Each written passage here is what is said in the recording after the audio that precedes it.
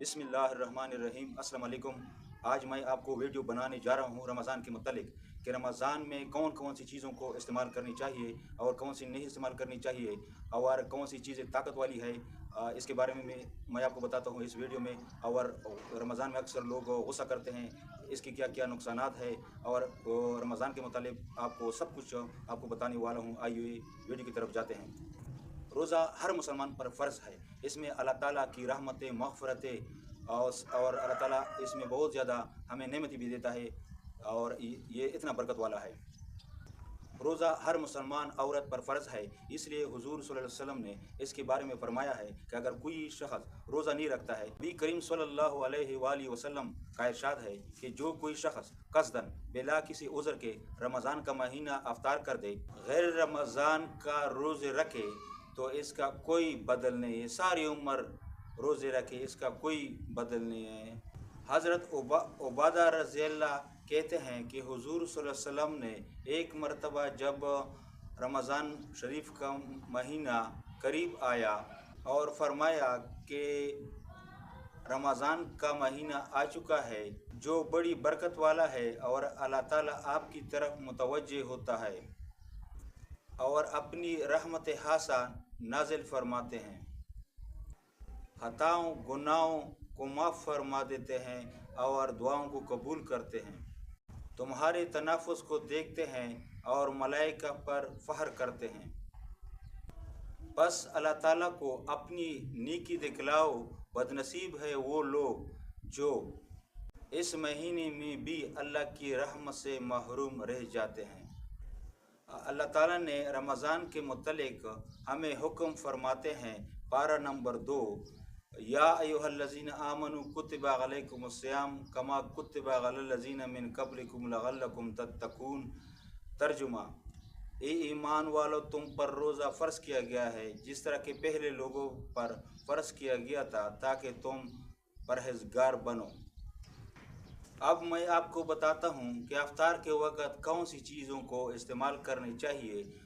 सबसे पहले अज़ान होती ही तो सबसे पहले आप लोगों को चाहिए कि अज़ान से पहले 5 मिनट पहले, 4 मिनट पहले दुआ करें। एक दुआ अल्लाह ताला ज़रूर कबूल करता है, सारों को कबूल करता है लेकिन एक को ज़रूर कबूल करता है, इस वजह से दुआएं ज़रूर करनी चाहिए। और जब अज़ान होने लगे तो सबसे पहले खजूर को खा लेना चाहिए, एक हो या आधा हो या 2-3 हो फिर भी ठीक है, ये सुन्नत का तरीका है। अगर खजूर मुयस्सर न हो तो दूसरी जो चीज़ सुन्नत है वो है पानी। पानी तकरीबन आधा गिलास या पौने 1 गिलास पीना चाहिए, 1 गिलास भी नहीं पीना चाहिए, ये नुकसान का बायस बन सकता है। जो तवानाई रोज़े रखने के बाद ज़ाया हो जाती है या कम हो जाती है तो उसकी बहाली के लिए सबसे पहले मैं आपको बताता हूँ कि लौंग का इस्तेमाल करना चाहिए। 2 लौंग को इस्तेमाल करनी चाहिए और ये आप कभी भी इस्तेमाल कर सकते हो, कवा भी पी लो और साथ साथ जो 2 लौंग बाकी रह जाते हैं वो भी चुबा कर खा लें। और इसके अलावा आपने यखनी को भी पी लेना है। इन दोनों चीज़ों का वक्फा होनी चाहिए। इसे आधा 1 घंटा पहले कुछ न करना चाहिए, यानी इशा के नमाज बाद ये इस्तेमाल करें और 1 घंटा जब पूरा हो जाए तो लौंग का इस्तेमाल करना चाहिए। लौंग के इस्तेमाल के बहुत ज़्यादा तरीके हैं और दूसरा तरीका मैं आपको बताने जा रहा हूँ कि ये आप 2 लौंग को आप अच्छी तरह पाउडर बनाएं और सालन पर भी आप इसे छिड़क सकते हैं। और लौंग के मतलब मैं आपको ये बताऊँ कि 2 लौंग में 2 किलो को गोश्त की ताकत पाई जाती है। आधा किलो से लेकर 2 किलो गोश्त तक इसमें ताकत पाई जाती है। तीसरा तरीका इसका यह है कि 2 लौंग आपने लेने हैं और 1 गिलास के पानी में इसे रख लेना है पूरी रात के लिए। रातें चूँकि अभी छोटी हो रही है, लिहाजा आपको चाहिए कि असर के नमाज के बाद ये अमल करें कि 1 गिलास पानी में 2 लौंग को डुबो दें और पूरी रात इसे रख दें और सहरी खाने से 1 घंटा पहले इसे यूज़ करें। तो पानी भी पिए और 2 लौंग वो भी चबा कर खाएँ और 1 घंटा के बाद सहरी खाएँ, तो इनके जो सारे फ़ायदे हैं ये आपको मिल जाएंगे। जो तवानाई खर्च होती है, जो 6 रमज़ान की वजह से कम हो जाती है, वो लौंग में बाह ये भी पाया जाता है। जो اور رمضان میں 6 کم ہو جاتے ہیں تو لونگ جو ہے نا اس کی طاقت بحال کر دیتی ہے۔ یہی طریقے جو میں نے آپ کو بتا دیے، آپ صحیح طریقے سے اسے استعمال کریں تو اس کے جتنی بھی بینیفٹس ہے یہ آپ کو مہیا ہو جائے گی آپ کے جسم کو۔ جو لوگ یہ نسخے استعمال کرے تو وہ جو ہے نا دوسرے روزہ داروں کی نسبت اس میں زیادہ طاقت پائی جاتی ہے، تو آپ بہت زیادہ طاقتور ہوں گے۔ یہ نسخہ بوڑھے، جوان، مرد، عورت سب استعمال کر سکتے ہیں۔ کیلا اور کھجور یہ بھی پوری توانائی کا ذریعہ ہے۔ کیلا اور کھجور یہ دونوں پوری توانائی کا ذریعہ ہے، یہ بھی کھا لینا چاہیے تو آپ کی جسم میں طاقت زیادہ ہوگا اور آپ روزے اچھی طرح رکھیں گے۔ تراویح کے بعد 2 کیلے کھا لینا چاہیے اور 1 گھنٹہ وقفہ دینا چاہیے، اور 1 گھنٹے کے بعد دوسرا طاقتور چیز کھا لینا چاہیے تاکہ آپ کی جو انرجی ہے وہ بحال ہو سکے۔ یخنی کا بھی استعمال کرنا چاہیے، ہاں وہ گوشت کا ہو، مرغی کا ہو یا دوسری چیز کا ہو، تو یخنی میں بہت زیادہ طاقت پائی جاتی ہے۔ اور دوسروں فروٹ کو بھی کھا لینا چاہیے۔ اگر فروٹ سحری کے وقت کھا لیا جائے تو بہت زیادہ بہتر ہوگا، کیونکہ پھر وٹامن ڈی کی جو ہے نا وہ بھی ضرورت ہوتی ہے۔ جب دن آ جاتا ہے تو آپ لوگوں کو چاہیے کہ دن کے وقت یعنی سحری کے وقت یہ چیزیں آپ کو کھانی چاہیے، یہ فروٹ جو ہے۔ اس کے علاوہ سوئیاں اور دلیا بھی کھا لینا چاہیے، اور تلی ہوئی اشیاءوں سے پرہیز کریں، مثلا پکوڑے، سموسے اور دوسری اشیاء جو تلی ہوئی کیٹیگری میں آتی ہے اس کو نہیں کھا لینا چاہیے، اور سموسے بھی نہیں کھا لینا چاہیے۔ اب آپ لوگوں کو چاہیے کہ میرے اس چینل کو لائک کریں، سبسکرائب کریں اور شیئر کریں۔